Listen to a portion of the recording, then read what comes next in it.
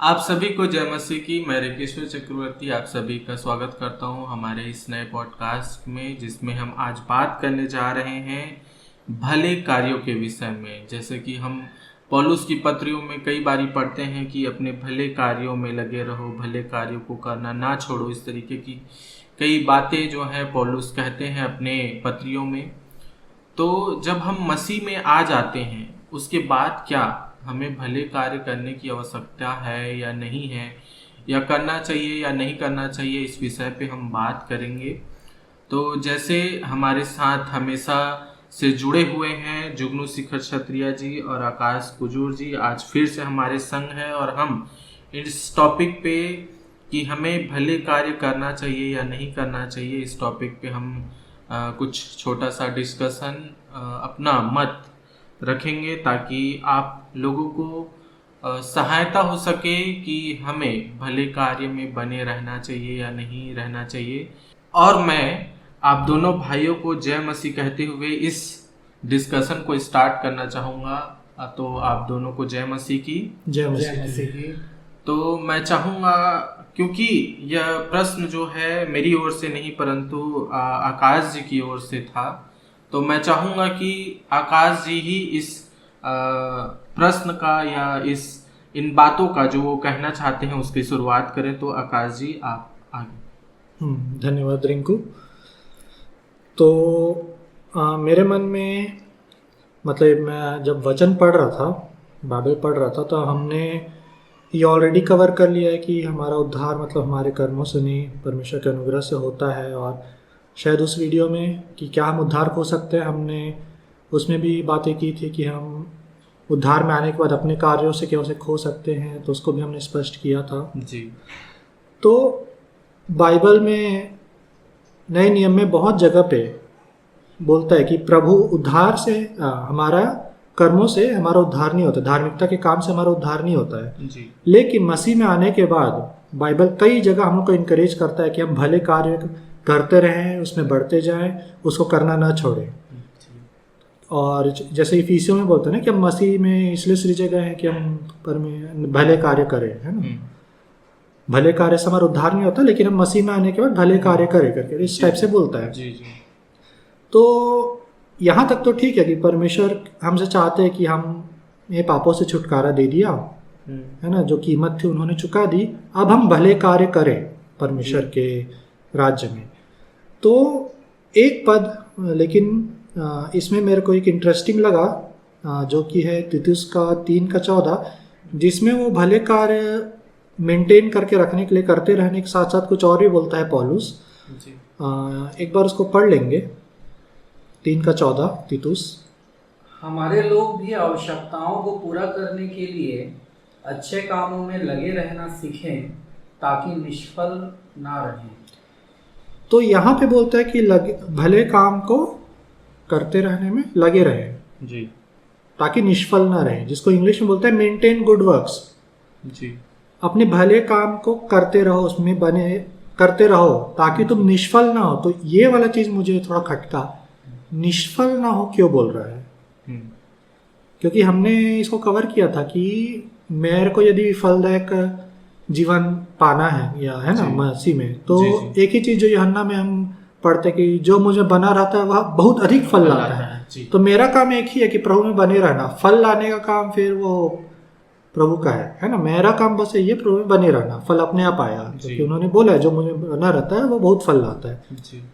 तो यहाँ पे फिर ऐसा क्यों बोलता है कि तुम भले काम में बने रहो ताकि निष्फल ना हो? मतलब यहाँ पे फिर मेरे कर्मों पे बात क्यों आ जा रही कि अगर मैं भले काम में को मेंटेन करके नहीं रख पा रहा हूँ, मैं उसमें बना नहीं रह पा रहा हूँ, ऊपर नीचे हो जा रहा है, तो क्या मैं निष्फल हो जाऊंगा?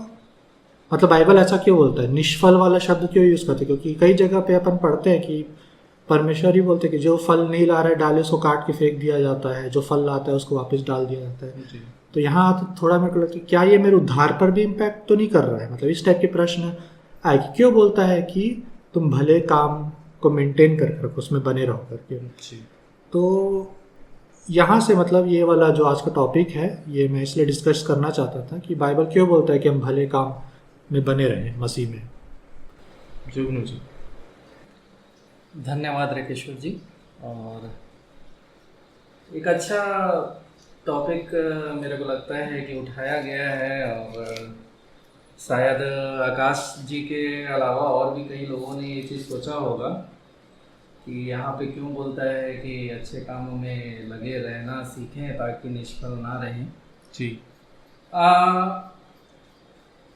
इस चीज़ को समझाने के लिए, इस चीज़ को समझने के लिए मैं चाहता हूँ कि हम तीतुस की पुस्तक पे ही या तीतुस की पत्री पे ही कुछ बातों को पढ़ लें। जी। ठीक। तो इसके लिए आप लोग मेरे साथ पहले तो आप निकाल लो कि तीतुस पहला अध्याय उसका 16 पद क्या कहता है। तीतुस पहला अध्याय उसका 16 पद ये कहता है कि वे कहते हैं कि हम परमेश्वर को जानते हैं पर अपने कामों से इसका इनकार करते हैं, क्योंकि वे घृणित और आज्ञा न मानने वाले हैं और किसी अच्छे काम के योग्य नहीं। जी। तो ये अपने पूरी पत्री मतलब तीतुस तीसरे अध्याय के 14 पद में ही अच्छे काम या भले काम की बात नहीं कर रहा है। वो पूरे अपने पत्री में, इवन तीतुस नहीं, मैं गलत बोल रहा हूँ, पौलुस जी, पौलुस तीतुस को ये पत्री लिख रहा है। तो पौलुस सिर्फ वहां पे तीसरे अध्याय में ही भले काम या अच्छे काम की बात नहीं कर रहा जी, वो पूरी पत्री में बात कर रहा है। अब जो मैंने आपको पहले अध्याय का 16 पद पढ़ाया है, आप उसी का अब जब आप देखोगे ना, क्या बोलना चाहिए, पहले का 7, तो वहां पे क्या, पहले का 5 अगर आप देखोगे तो वहां पे देखिए कैसे टाइप का लिखा हुआ है पौलुस के द्वारा, मैं इसलिए तुझे क्रेते में छोड़ आया था कि तू शेष बातों को सुधारे और मेरी आज्ञा के अनुसार नगर नगर प्राचीनों को नियुक्त करे, जो निर्दोष और एक ही पत्नी के पति हो, जिनके बच्चे विश्वासी हो और उनमें लुचपन और निरंकुशता का दोष ना हो, क्योंकि अध्यक्ष को परमेश्वर का भंडारी होने के कारण निर्दोष होना चाहिए, न हठी, न क्रोधी, न पियक्कड़, न मारपीट करने वाला और न नीच कमाई का लोभी हो, पर अतिथि सत्कार करने वाला, भलाई का चाहने वाला, संयमी, न्यायी, पवित्र और जितेंद्रिय हो, और वह विश्वास योग्य वचन पर जो धर्मोपदेश के अनुसार है स्थिर रहे, कि खरी शिक्षा से उपदेश दे सके और विरोधियों का मुंह भी बंद कर सके। अब देखिए, जब यहाँ पे आप सोचोगे तो ये एक अध्यक्ष के विषय में कि कलीसिया का एक अध्यक्ष, एक व्यक्ति जो अगुवाई कर रहा है वो कैसा होना चाहिए। और इसी का ही जब आप पहले का 16 पढ़ोगे तो वहां पे भी यही बात वो बोलता है। वे कहते हैं कि हम परमेश्वर को जानते हैं पर अपने कामों से उसका इनकार करते हैं, क्योंकि वे घृणित और आज्ञा न मानने वाले और किसी अच्छे काम के योग्य नहीं। तो पहली बात जो मैं बोलना चाहता हूं कि अच्छे कार्य या भले कार्य को लगे रहो या मेंटेन करो, जो हम बोल रहे हैं उसमें अच्छे कार्य में यहाँ पे जो भी चीजें बोल रहा है, वो पहली चीज जो मैं समझ पा रहा हूँ वो एक अध्यक्ष का चरित्र कैसा होना चाहिए उसकी बात कर रहा है, पहला। जी। दूसरा, जब आप इसी में ही तीतुस में ही जब आप आगे बढ़ोगे, दूसरे अध्याय का जब आप 7वां पद पढ़ोगे तो वहां पे एक बात लिखा हुआ है कि सब बातों में अपने आप को भले कामों का नमूना बना, तेरे उपदेश में सफाई, गंभीरता और ऐसी खराई पाए जाए कि कोई उसे बुरा ना कह सके, जिससे विरोधी हम पर कोई दोष लगाने का अवसर ना पाकर लज्जित हो। देखिए, यहाँ पे भी 7वें वचन में भले कामों का नमूना बनो यहाँ पे लिखा है, लेकिन जब आप उसके एक पद मतलब 6वें पद में जब आप पढ़ोगे, ऐसे ही जवान पुरुषों को भी समझाया कर। अभी पहले वो अध्यक्ष को, अगुवा को बता रहा था कि उनको कैसे होना है, भले काम किस तरीके के उनके होने चाहिए। उसके बाद फिर अब वो जवानों में आ रहा है, और जवानों में वो क्या बोल रहा है, ऐसे ही जवान पुरुषों को भी समझाया कर कि संयमी हो। उनके लिए मतलब एक बात बोल रहा है कि संयमी हो, और उसके बाद सब बातों में अपने आप को भले कामों का नमूना बना, तेरे उपदेश में सफाई, गंभीरता और ऐसी खराई पाई जाए कि कोई उसे बुरा ना कह सके, जिससे विरोधी हम पर कोई दोष लगाने का अवसर ना पाकर लज्जित हो। यहां भी आप देखोगे तो जवानों के विषय में वो बोल रहा है कि उनके लिए एक ही बात है कि संयमी हो, और दूसरा जो बात है, उनको कोई भी परोपकार का काम या धर्मोपदेश का काम दिया जाए तो उसमें वो करें। वो उनके लिए भले काम है, वो उनके लिए अच्छे काम है। इसी में ही जब आप इसी अध्याय का, जब आप दूसरे अध्याय का ही 14 पढ़ोगे, जिसने अपने आप को हमारे लिए दे दिया कि हमें हर प्रकार के अधर्म से छुड़ा ले और शुद्ध करके अपने लिए एक ऐसी जाति बना ले जो भले भले कामों में सरगर्म हो। यहाँ पे मसीह का रेफरेंस आ रहा है जवानों को समझाते हुए, अध्यक्ष को समझाते हुए कि हम इस बात को याद रखें कि हमारे लिए एक व्यक्ति मारा गया, अपने आप को दे दिया कि हम भले काम क्या कर सकें। उसके बाद जब आप आगे पढ़ोगे इसमें, तो जब मैं क्या बोलना चाहिए, तीसरे अध्याय के पहले पद में आता हूं, तो इसमें क्या बोलता है, लोगों को सुधि दिला कि हाकिमों और अधिकारियों के अधीन रहे और उनकी आज्ञा माने और हर एक अच्छे काम के लिए तैयार रहे। यहां पे भी अच्छे काम की बात हो रही है। अब यहां पे अगर आप देखोगे तो अच्छे काम की बात हो रही है, लेकिन आगे भी और कुछ निर्देश को दिया है। क्या? किसी को बदनाम ना करें, झगड़ालू ना हो, पर कोमल स्वभाव के हों और सब मनुष्यों के साथ बड़ी नम्रता के साथ रहें, क्योंकि हम भी पहले निर्बुद्धि और आज्ञा न मानने वाले और भ्रम में पड़े हुए और विभिन्न प्रकार की अभिलाषाओं और सुख विलास के दासत्वों में थे और बैर भाव और डाह करने में जीवन व्यतीत करते थे और घृणित थे और एक दूसरे से बैर रखते थे। पर जब हमारे उद्धारकर्ता परमेश्वर की कृपा और मनुष्य पर उसका प्रेम प्रकट हुआ, तो उसने हमारा उद्धार किया, और यह धर्म के कामों के कारण नहीं जो हमने आप किए, पर अपनी दया के अनुसार नए जन्म के स्नान और पवित्र आत्मा के हमें नया बनाने के द्वारा हुआ। तो इस बात को जब आप समझोगे तो क्या नहीं करना है वो चीज वो बोल रहा है। किसी को बदनाम नहीं करना, झगड़ालू नहीं होना, संयमी रहना, अच्छे स्वभाव में रहना, ये सारी चीज। और आगे हम किसी और पत्री में नहीं, परंतु इसी पत्री में वो ये चीज को बोलता है कि तुम्हारा उद्धार तुम्हारे कामों के कारण नहीं हुआ, परंतु तुम्हारे नए हो जाने से पवित्र आत्मा के कारण तुम्हारा ये चीज हुआ है। अब इस पे अगर मैं क्या बोलना चाहिए, और अगर मैं बात करूं तो मेरे को एक दो वचन और हैं तीतुस में, लेकिन मैं चाहता हूं कि पहले हम क्या बोलना चाहिए, इफिसियों की पत्री 2 अध्याय उसका 10वां पद देख लें।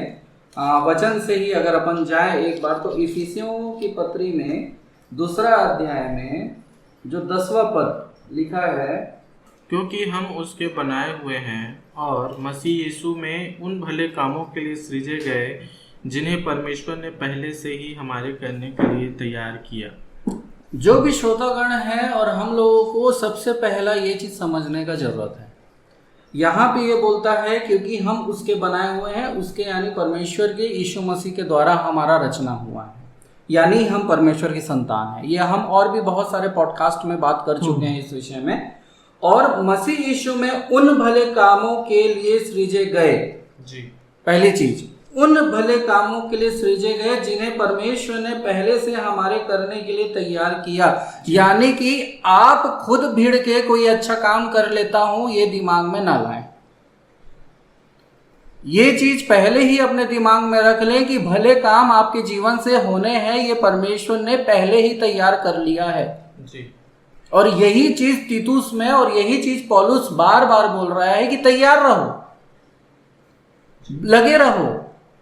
और यही चीज अब जब ये वाला हम पढ़ चुके तो इसी में कुलुसियों की पत्री अगर 1:10 अपन देखते हैं, ताकि तुम्हारा चाल चलन प्रभु के योग्य हो और वह सब प्रकार से प्रसन्न हो और तुम में हर प्रकार के भले कामों का फल लगे और तुम परमेश्वर की पहचान में बढ़ते जाओ। देखो यहाँ पे जब आप पढ़ोगे ना, तो ताकि तुम्हारा चाल चलन प्रभु के योग्य हो और वह सब प्रकार से प्रसन्न हो और तुम में हर प्रकार के भले कामों का फल लगे और तुम परमेश्वर की पहचान में बढ़ते जाओ।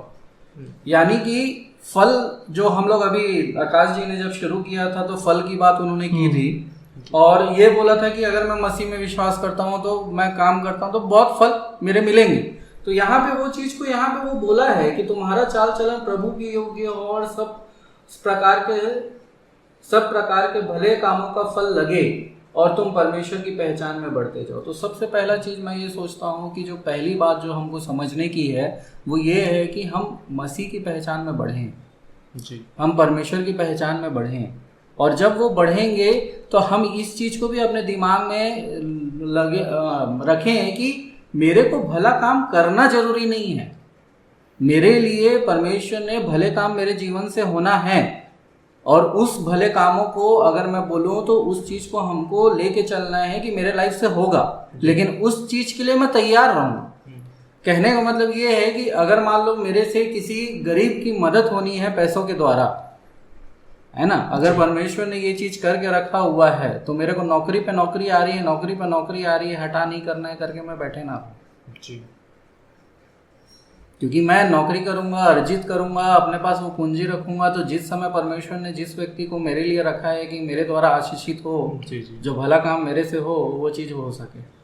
अब पैसा ही नहीं और भी चीज़ें हो सकती है, किसी के साथ मेरे को जाना है, अगर मैं तैयार ही नहीं हूँ तो फिर कैसे बनेगा? नहीं बनेगा ना, क्योंकि यीशु मसीह खुद कहते हैं कि अगर तुम्हारे साथ कोई एक कोस चलना चाहे तो उसके साथ तुम 2 कोस भी चल दो। और इसी पे फिर मैं तीतुस पे वापस आता हूँ और इसी को बोल के मैं मतलब क्या बोलना चाहिए, बाकी आप लोगों को मौका दूंगा। मेरे को लग रहा है कि मैं कुछ ज़्यादा ही बोल दे रहा हूँ थोड़ा तो मैं तीतुस पे ही आता हूँ। तो तीतुस का जो हमारा मेन पॉइंट था जो था 3:14, जहाँ पे ये लिखा हुआ है कि हमारे लोग भी आवश्यकताओं को पूरा करने के लिए अच्छे कामों में लगे रहना सीखें ताकि निष्फल ना रहें।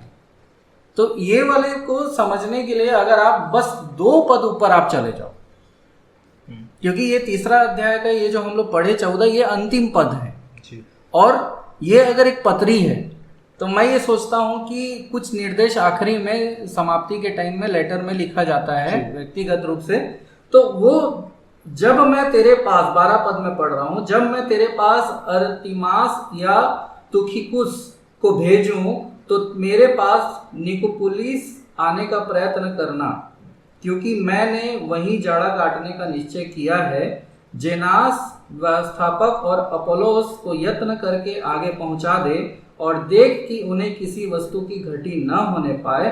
हमारे लोग भी आवश्यकताओं को पूरा करने के लिए अच्छे कामों में लगे रहना सीखें ताकि निष्फल न रहें।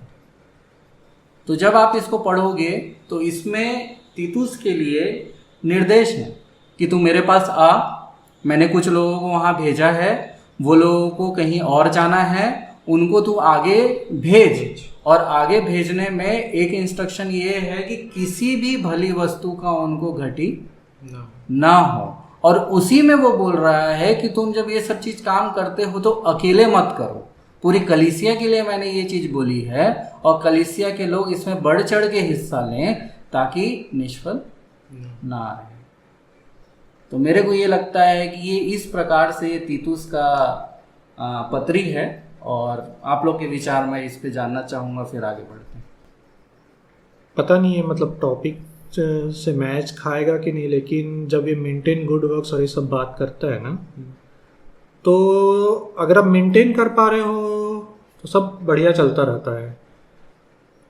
मैं वहाँ पे दिक्कत होती है, जैसा मैं अपना एक्सपीरियंस और शायद कुछ लोग इस एक्सपीरियंस से हुए होंगे कि प्रभु में आने के बाद कुछ लाइफ में ऐसा घटता है जिससे आप डिप्रेशन या उसमें चले जाते हो जी। और उस वक्त कई चीज़ें जो लिखा है कि तुम ये कर मत करो, ये मत करो, ऐसा होना चाहिए, वो सब चीज़ नहीं कर पाते हो या करना नहीं चाहते हो। तुम अंदर से कंझाए या चिड़चिड़े और इस स्थिति में रहते हो ना, तुम मेंटेन नहीं कर पाते गुड वर्क्स को जी। और जैसा मैं अपना सोचूं तो मैं भी ऐसा सिचुएशन में रहा हूँ और कुछ सालों तक रहा, और अल्टीमेटली जब तक परमेश्वर ने मेरे को ये नहीं समझाया कि तू अपनी धार्मिकता से नहीं, मेरी मतलब परमेश्वर की धार्मिकता से मेरे साथ खड़ा है, परमेश्वर के साथ खड़ा हूँ मैं परमेश्वर की धार्मिकता के कारण, जब तक मेरे को समझ नहीं आया, मेरे अंदर में उथल पुथल था ही कि मैं गुड वर्क्स मेंटेन नहीं कर पा रहा हूँ, तो क्या मैं अनफ्रूटफुल होता जा रहा हूँ, मतलब इस टाइप का। तो वही है कि जब आप मेंटेन करके रख पा रहे हो, चाहे सताव है कुछ भी, आप मेंटेन करके रख पा रहे हो तो सब बढ़िया है। जैसे कि पता नहीं ये भी और टॉपिक से मैच है कि नहीं, जब मेरा जॉब नहीं लगा था तो बाइबल बोलता है जो मेहनत ना करे वो खाना भी ना खाए। जो अपने परिवार के लिए अपने परिवार के लिए प्रोवाइड नहीं करता है, उसने विश्वास को त्याग दिया है और अविश्वासी से भी बदतर है। तो ये 2 वर्ष मेरे को बिल्कुल काट देते थे। नए नियम का वचन है, जब तक परमेश्वर ने मेरे को एक काम नहीं दिया जिसको मैं करके अब उन चीज़ों को पूरा कर पा रहा हूँ, तब तक ये वचन मेरे को घायल कर देता था कि नए नियम का वचन है ऐसा। तो यही चीज़ मेंटेन गुड वर्क्स मतलब एक चैलेंज मन में आ जाता है कि मैं मेंटेन करके नहीं रख पा रहा हूँ, क्योंकि मैं ऑलरेडी डिप्रेस या उसमें हूँ, प्रभु को जान रहा हूँ, कर रहा हूँ, लेकिन मेरे से नहीं हो पा रहा है। तो कहीं कहीं ये विचार, खासकर शायद नए विश्वासियों के मन में आता होगा विचार, कहीं ये मेरे को निष्फल बना दे रहा है, कहीं मैं परमेश्वर मेरे को फेंक देंगे तो निष्फल हो गया करके। जी। तो ये वाला चीज़ कि जब आप मेंटेन करना चाहते हो लेकिन आप कर नहीं पा रहे हो, कुछ ऐसा घटा आपके लाइफ में प्रभु में आने के बाद कि आप उनके कारण से आप चाह भी रहे हो ओवरकम करना, लेकिन आप ओवरकम नहीं कर पा रहे हो, तो मतलब एक आशा, एश्योरेंस या वो चीज़ क्या मतलब एक पर उस दौर से जैसे गुजरते हैं तो हमारे मन में क्वेश्चन मार्क आ जाता है कि मैं क्या वाकई में विश्वास योग्य हूँ, या कुछ लोग सोचते हैं क्या मैं वाकई उद्धार में हूँ, मतलब एक क्वेश्चन मार्क आ जाता है। तो ये वचन मुझे वही वाला चीज़ निष्फल हो जाओगे करके बोलता है। तो मैं मतलब उस टाइम के बारे में सोच रहा हूँ कि जब आप मेंटेन करके नहीं रख पा रहे हो तब आपका परमेश्वर के साथ क्या स्टैंडिंग है। आकाश जी, इस पे अच्छा है कि आपने ये वाला बात उठाया, और एक वचन है मेरे पास इसके लिए। आप लोग मेरे साथ अगर निकालना चाहो तो यूहन्ना की 10वीं पत्री, आप 10वां अध्याय आप निकाल लो। उसमें कुछ बातें हैं जो मैं चाहता हूँ कि हम लोग उस चीज़ में समझें। मैं रिपीटेडली ये चीज़ पॉडकास्ट में बार बार कहता हूँ और आज फिर कहता हूँ कि आपने 2 बातें अपने अनुभव के अनुसार बताई। पहली बात ये बताई कि मैं मेंटेन नहीं कर पा रहा हूँ। दूसरी बात ये बताई कि लोगों के प्रति जिम्मेदारी वाली चीज़ होती है, तो उसमें भी मुझे ऐसा लगता है कि मैं निष्फल या विश्वास योग्य नहीं हूँ। तो मैं ये सोचता हूँ कि जब मेंटेन गुड वर्क्स वाला चीज़ हम लेके चलें, भले कामों को में निरंतर लगे रहना और भले कामों में ही लगे रहना वाला चीज़ में अगर चलें, तो एक यीशु मसीह का उदाहरण है जहाँ पे लोग उसके भले काम को नहीं समझे, और वही वो चीज़ है जो मैं आप लोग के साथ बांटना चाहता हूँ। शायद ये किसी को इंकरेज आज करें, प्रोत्साहित आज करें। 10वां अध्याय का जब आप 31वां पद पढ़ोगे तो वहाँ पे लिखा हुआ है कि यहूदियों ने उस पर पथराव करने को फिर पत्थर उठाए।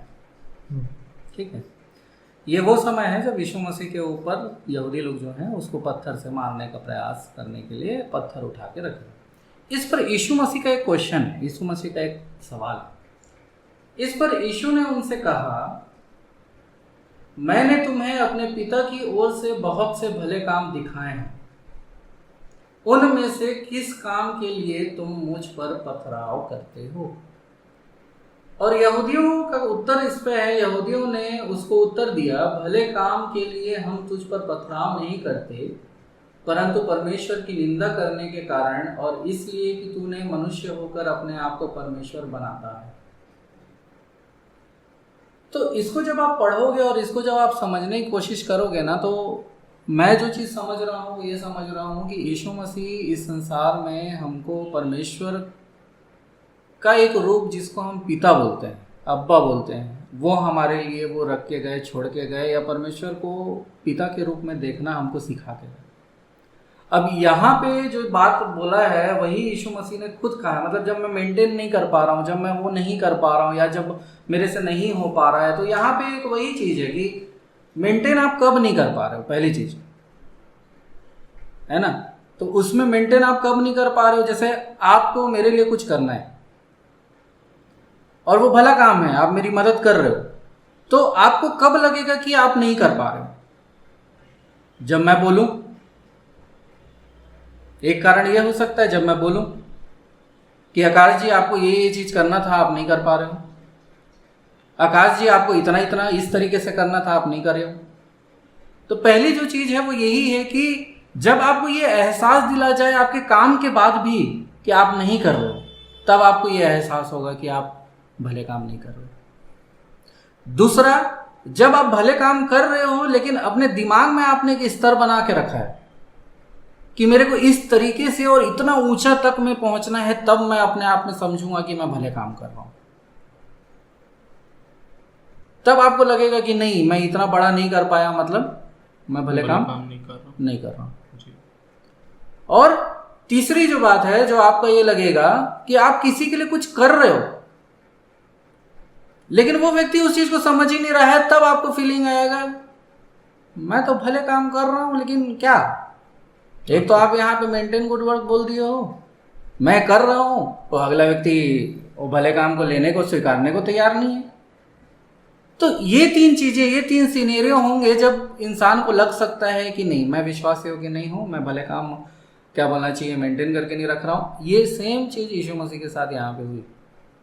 यहाँ पे यीशु मसीह बोलता है कि मैंने तुमको पिता के, यहाँ पे मैंने तुम्हें अपने पिता की ओर से बहुत से भले काम दिखाए हैं, और उनमें से किस काम के लिए तुम मुझ पर पत्थर, मतलब भले काम के लिए पत्थर मारना। आप सोचो एक बात, ये वही चीज है कि आप किसी के लिए भले काम कर रहे हो या भलाई कर रहे हो, और वो आपको बोलता है तू मेरे लिए किया क्या है। दूसरा, आप ये चीज यहाँ पे पहला जो मैंने क्वेश्चन रखा था कि यदि कोई व्यक्ति आपको ये एहसास दिला दे कि आप नहीं कर रहे हो, तो वैसे ही यहाँ पे है यीशु मसीह के साथ में। दूसरा, आप अगर अपने मन में रखे हुए हो कि आपने एक बहुत बड़ा गोल बना के रखा है, आप उसको पूरा नहीं कर पा रहे हो, तो वो चीज़ नहीं हो रहा है, तो उसके लिए भी यहाँ पे लिखा हुआ है कि मैंने पिता की ओर से बहुत से काम तुम्हें दिखाया। और एक जगह बाइबल में ये चीज़ भी लिखा हुआ है कि मैं अपने से कुछ नहीं करता, जो मैं अपने पिता को करते हुए देखता हूँ वही मैं करता हूँ। किसी ने पिता को नहीं देखा है परंतु केवल पुत्र ने। तो ये वाला वचन है, यानी कि जो भी भले काम यीशु मसीह कर रहे थे, और यीशु मसीह के भले काम क्या थे? कैदियों को छुड़ाना, चंगाई देना, उद्धार का प्रचार करना, ये भले काम है। और ये चीज वो कर रहे हैं तो उनके ऊपर पथराव वाली स्थिति आ जा रही है और वो क्वेश्चन कर रहे हैं। तो मेरे को लगता है कि इनका क्वेश्चन यहूदियों से नहीं, कई बार हम ऐसे सिचुएशन में रहेंगे तो ये क्वेश्चन कि मैंने तो तुम्हारे लिए भला काम किया है, लेकिन तुम काहे पथराव, किस चीज के लिए पथराव। और उस समय भी ऐसी हुआ था, और उस समय भी ये वाला चीज था कि नहीं, तू जो भले काम कर रहा है उसके लिए नहीं, परंतु तू जो अपने आप को, मतलब तू हमारे लिए करता रहे, उस चीज से हमको दिक्कत नहीं है। तू ये वाला काम नहीं किया है, उससे हमको दिक्कत। और ये वो वाला पॉइंट कि आप गोल जब बना के रखते हो और जब आपको ये एहसास होता है, तो यहाँ पे जो बात लिखा हुआ है कि पिता के द्वारा मैंने बहुत सारी चीजें, तो हमको ये चीज समझना है कि हो सकता है कि वो बड़ा गोल मेरे लिए ना हो। मैं अपने दिमाग में अपने लिए ये सोच के कि I am acceptable to God in any circumstances, मैं परमेश्वर की दृष्टि में, परमेश्वर के सम्मुख हमेशा ही विश्वास और ग्रहण योग्य हूँ, चाहे कुछ हो, चाहे कुछ भी हो जाए। मैं उनका बेटा हूँ।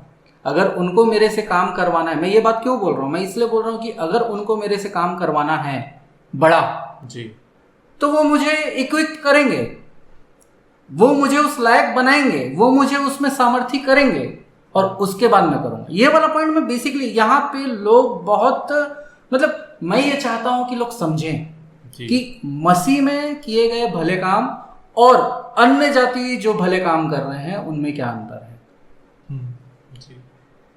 ये लोग समझें कि मैं बहुतों लोगों को इकट्ठा करके किसी एक दिन विशेष में खिला दूं, या कंबल, कपड़े, इलाज या कुछ कर दूं, वो उनका एक लाइफ जीने का पैटर्न है जी। लेकिन हमारे भले काम ऐसे हैं कि हम पिता को, यानी हमारे परमेश्वर को हम देखते हैं कि वो क्या चाहता है।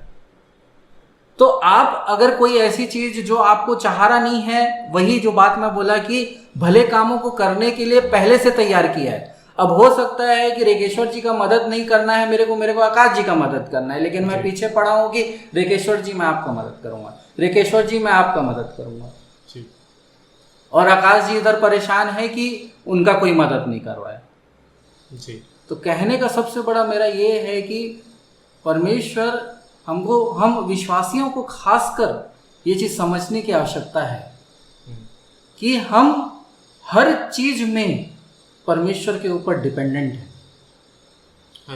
हर एक बातों में हम परमेश्वर के ऊपर डिपेंडेंट है। भले कामों के लिए भी हम डिपेंडेंट है। वो हमको अगुवाई करेगा, वो हमको इच्छा जाहिर करेगा, वो हमको लेके जाएगा, और उसके बाद फिर हमारे द्वारा वो चीज होगा। और यकीन मानिए वो भला काम, वो जो भला काम होगा ना, वो मत्ती 5:16 के बराबर होगा। उसी प्रकार तुम्हारा उजियाला मनुष्यों के सामने चमके, कि वे तुम्हारे भले कामों को देखकर तुम्हारे पिता की जो स्वर्ग में है बड़ाई करें। उसी प्रकार तुम्हारा उजियाला मनुष्यों के सामने चमके कि वे तुम्हारे भले कामों को देखकर तुम्हारे पिता की जो स्वर्ग में है बड़ाई करें। आपके भले कामों को देख के परमेश्वर को महिमा, परमेश्वर की बड़ाई होनी चाहिए जी। और यहीं पे सबसे बड़ा अंतर है एक विश्वासी में और एक अन्य जाति में। भले काम आप मेंटेन तब नहीं कर पाते हो या तब नहीं कर सकते हो जब आप अपने लिए कर रहे हो। भले काम जब आप परमेश्वर के लिए कर रहे हो तो डिपार्टमेंट उसका, कि भाई मैंने मेरा काम कर दिया, तूने जो बोला मैंने कर दिया, अब तू देख ले, प्लस है, माइनस है, इनटू है, डिवाइड है, क्या है वो तू जा, मेरे को नहीं मालूम। और जब ये वाला काम होता है तब जो 5:16 में लिखा है ना कि हमारा प्रकाश चमके, और उससे हमारा नहीं परंतु किसका, परमेश्वर जो हमारा पिता है, जिससे हमने देखा कि वो क्या काम करना चाहता है, हमने वो काम किया और उसके बाद उसकी बड़ाई हुई। हम सिर्फ एक जरिया मात्र थे। इसमें एक चीज़ मेरे को ये समझ में आ रहा था कि मसीह में हमारे भले काम जल्दी भी प्रकट हो सकते हैं और वो टाइम भी ले सकते हैं। मतलब परमेश्वर ने जो समय नियुक्त किया है वो उस समय प्रकट होगा, मेरे को उसके लिए हड़बड़ाने की जरूरत नहीं है, ऐसा मेरे को समझ में आ रहा है। तो एक वचन मेरे को मिला इसी से रिलेटेड, 1 तिमोथी 5:25, जो शायद इसी बात को बोल रहा है जो अभी मैं बोला था।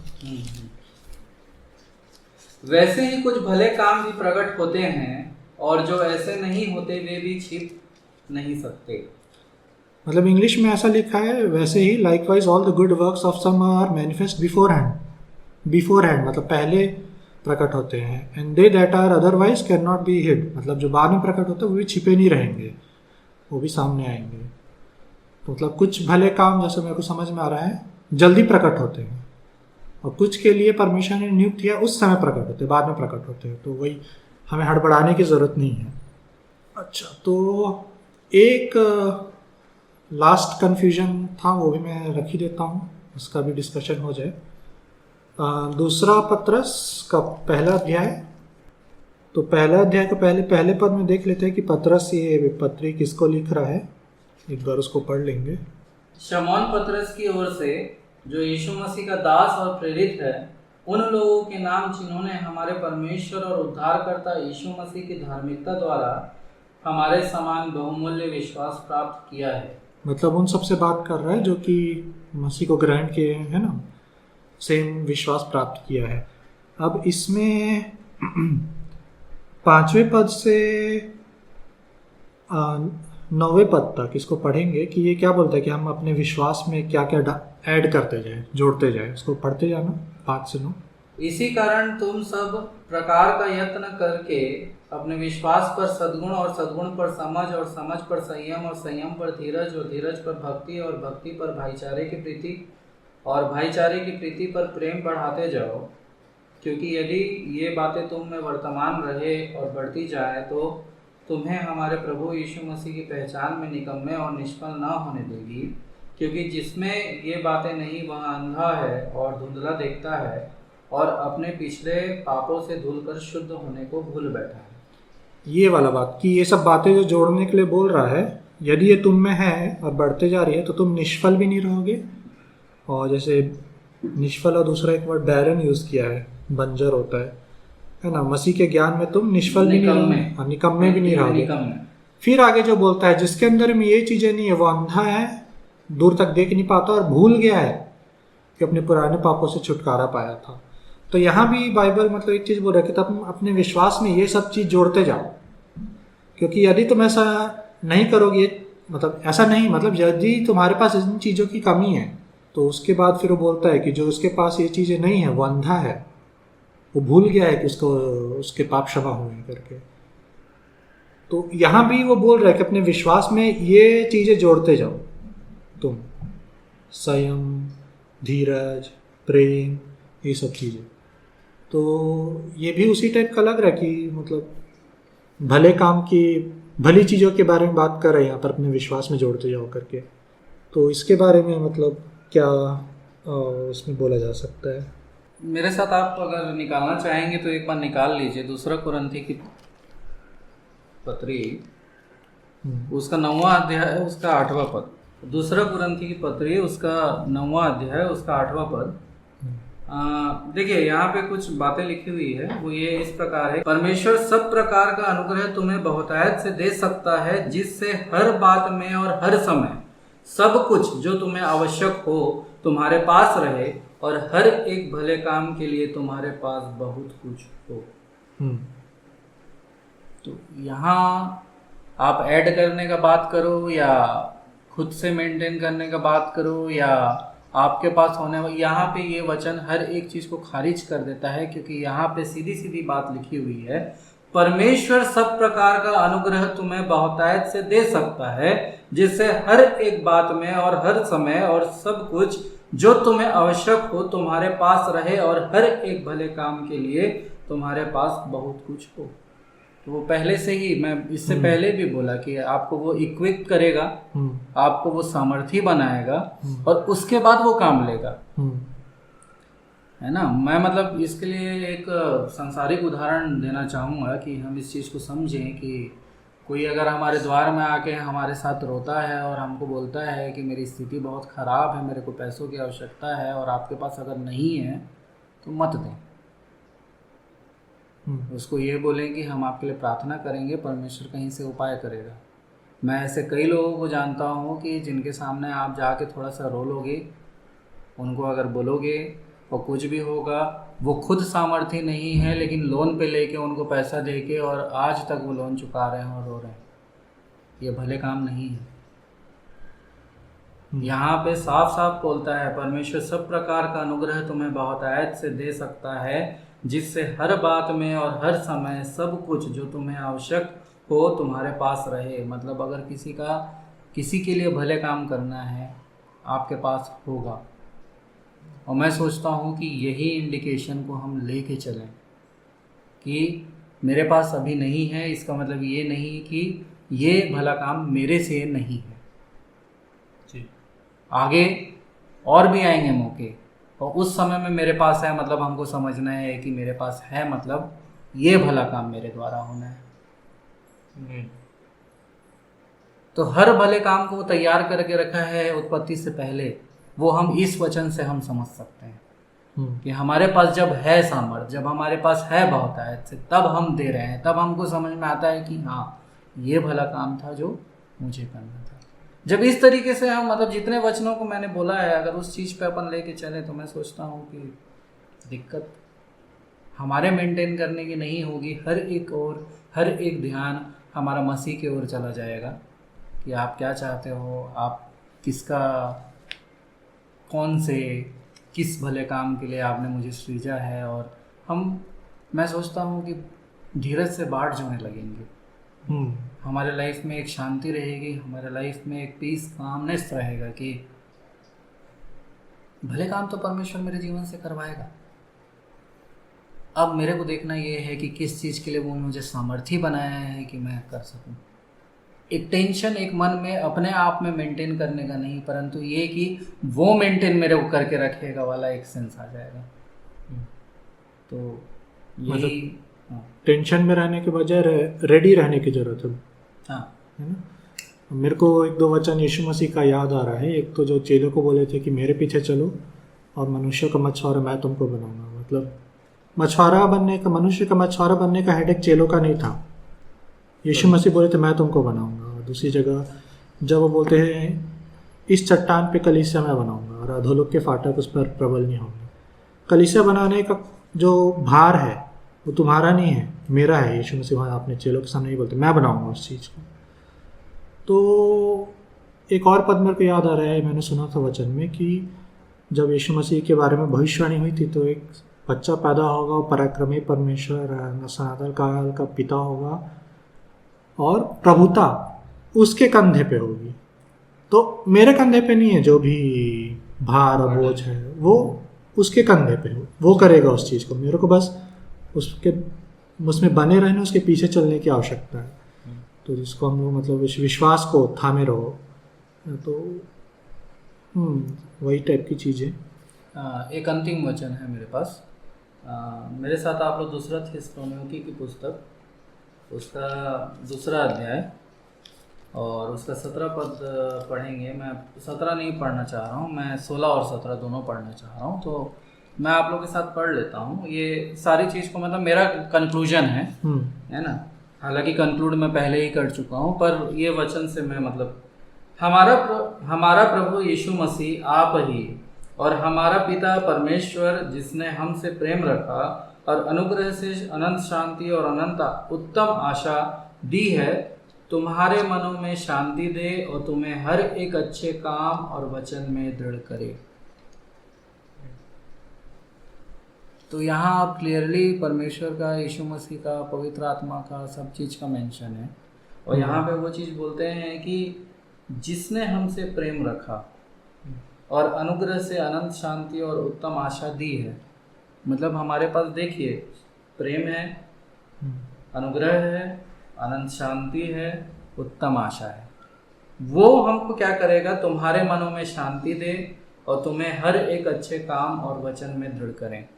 मैं ये वचन क्यों बोल रहा हूँ और इससे मैं क्यों कंक्लूड करना चाह रहा हूँ? क्योंकि इससे थोड़ी देर पहले ही मैंने ये चीज़ बोला कि हमारा फोकस कहाँ है, मेरे को मेंटेन करना है कि परमेश्वर मेंटेन करेगा। और यहाँ पे वो बोल रहा है तुम्हारे मनों में शांति दे और तुम्हें हर एक अच्छे काम और वचन में दृढ़ करे। मतलब मैं अगर अच्छा काम कर रहा हूँ तो मैं बाद में नहीं कुड़कुड़ाऊंगा। मैं अगर अच्छा काम कर रहा हूँ तो बाद में मेरे को हानि नहीं होगी, शांति होगी मेरे पास, ये वो वचन कहता है। और इसी के साथ मैं यही बोल के मेरा जो है, मैं मतलब मेरा जो मत है, मेरा जो विचार है, मेरी जो राय है, मैं रख दिया हूँ। सारी चीज़ें तो आपने कवर कर ली है। मैं पता नहीं अंग्रेजी में मेंटेन गुड वर्क्स ऐसा लिखा हुआ है, हिंदी में भले काम करते रहो, लगे रहो, उसमें ऐसा लिखा हुआ है। तो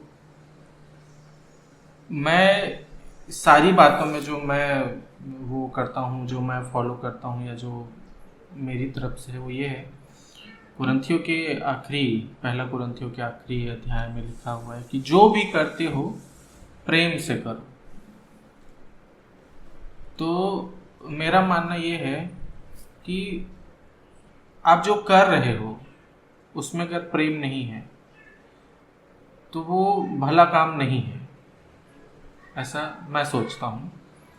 और जैसे कि हमने अभी बहुत सारी बातें देखी कि परमेश्वर ने पहले से ही उन बातों को नियत कर रखा है कि क्या हमको करना है और क्या हमको नहीं करना है।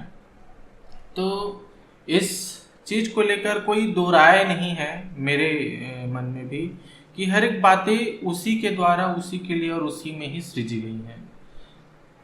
तो जब सब बातें उसी के द्वारा, उसी में, उसी के लिए हैं, तो किसी चीज को मेंटेन करने का जो चीज है या बात है वो भी उसी के ऊपर ही लागू हो जाती है। बस ये है कि हम उसमें बने रहें तो अपने समय में वो बातें जो हैं, वो चीजें जो हैं, वो पूरी हो जाएंगी। जैसे जो फल वाला बात है, फल वाली बात के लिए मैं ऐसे सोचता हूँ कि पेड़ में डाली जो है वो जुड़ी हुई है, जब उसका समय आएगा तब वो फलेगा, है ना। अगर नहीं फलेगा तो उसकी छटाई होगी, ऐसा नहीं है। पहले जो उसका जो माली है वो उसमें और खाद डालेगा, है ना। वो और खाद डालेगा और कहेगा कि इस वर्ष और रहने दे, अगर नहीं फलेगा तो अगले वर्ष क्या करना, काट देना। तो यहाँ पे वो सिर्फ डाली काटने की बात नहीं कह रहा है, यहाँ पे वो पूरा पेड़ काट देने की बात कर रहा है। और हम तो डाली हैं, दाखलता तो यीशु मसीह है। तो हमारा काम जो है उसमें बने रहना है बस। तो जब हम उसमें बने रहते हैं तो वो हर एक अच्छे फल, जो आत्मिक फल है, वो दे देता है और वो अपने समय में आ जाते हैं। जब हमें धीरज धरना होता है तब धीरज होता है, जब हमें संयम दिखाना होता है तब संयम होता है। कि जब हर एक चीजें, हर एक बातें परमेश्वर की ही ओर से तय की गई हैं, हर एक काम, हमारे जीवन का चुनाव उसमें तय किया गया है, हमारे जीवन का होना उसमें तय किया गया है, तो हमारे जीवन के अच्छे काम भी उसमें पहले से ही सींचे गए हैं। तो हमें इस चीज की चिंता करने की तो कतई आवश्यकता नहीं है कि अगर हम अच्छे काम नहीं करेंगे तो हमारा उद्धार हो जाएगा या उद्धार में कोई प्रॉब्लम आएगी, इसकी चिंता करने की तो आवश्यकता बिल्कुल नहीं है। बाकी जब हम ये बोलते हैं, जो कि आपने जो बातें कही कि हम निष्फल ना हो जाए, है ना, हम निष्फल ना रहें, तो निष्फल हम तब नहीं होंगे या निष्फल तब हम हो जाएंगे जब हम मसीह से दूर हो जाएंगे, जब हम मसीह से अलग हो जाएंगे। और अलग होकर जब हम कोई कार्य करेंगे तो उस कार्यों का कोई प्रतिफल नहीं होगा। जैसे कि जुगनू जी ने बोल दिया इस चीज को कि जब आप मसीह के साथ में उन चीज़ों को करते हो तो मसीह ही है जो देता है। और उन्होंने एक वचन निकाला, वचन से भी बोला इस चीज़ को कि जब हम जो अच्छे काम करते हैं उससे परमेश्वर की बड़ाई हो। तो अगर मैं कोई अच्छा काम करता हूँ, पहले जो मैंने बताया वो आत्मिक फल के बारे में बात थी, अब जो मैं बोल रहा हूँ वो हमारे शारीरिक फल की बात है, जो हम शरीर से करते हैं। तो जब शरीर से कोई काम करते हैं और उससे परमेश्वर की महिमा नहीं होती है तो वो निष्फल है, उसका कोई फल नहीं है। और अगर हम मसीह में रहकर सिर्फ इंतजार भी करते हैं, सिर्फ वेट भी करते हैं, कुछ नहीं करते, सिर्फ वेट भी करते हैं, तो उसका परिणाम, उसका प्रतिफल बड़ा होता है। तो जब हम मसीह में हैं और उस प्रतिफल से जो निकलता है इंतजार के बाद में, उससे परमेश्वर की क्या होती है, बड़ाई होती है, उसकी बात होती है।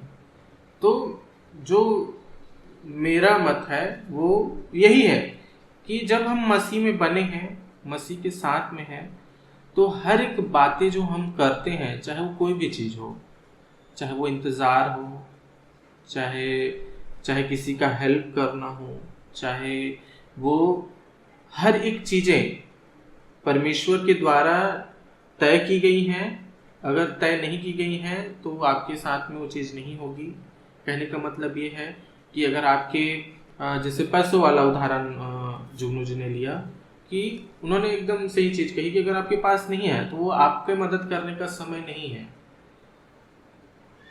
अगर आपके पास है और आप नहीं कर रहे हो तो फिर ये गलत हो जाता है। तो यानी वो समय है कि आप उसका हेल्प करो। तो पहले ही परमेश्वर, अभी बीते दिनों में ही मैं एक भाई से डिस्कशन कर रहा था, तो वो बोलते हैं कि हमको कैसे पता चलेगा कि हमको क्या करना है। तो मैं बोला कि परमेश्वर, यानी जब हम इंसान किसी को युद्ध में भेजते हैं तो हम उसको प्रॉपर ट्रेनिंग देते हैं, इक्विप करते हैं, और उसके बाद फिर हम उसको वॉर जोन में छोड़ते हैं कि हाँ आप जाके लड़ो। तो जब परमेश्वर आपको कहीं कुछ लेके जा रहा है तो वो पहले आपको इक्विप करेगा।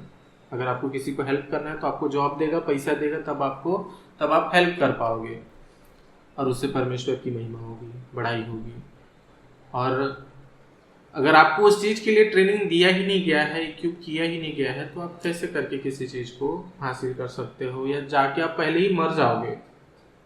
जैसे कि हमारे पास नहीं है लेकिन हमने कर्ज करके दे दिया, तो हमारे लिए डेथ के जैसा ही है फाइनेंशियली, कि हम अब अपने आप को रिवाइव करने का कोशिश करेंगे कि हाँ पैसे में मेरा कर्जा पहले पड़ जाए फिर मैं आगे बढ़ सकता हूँ।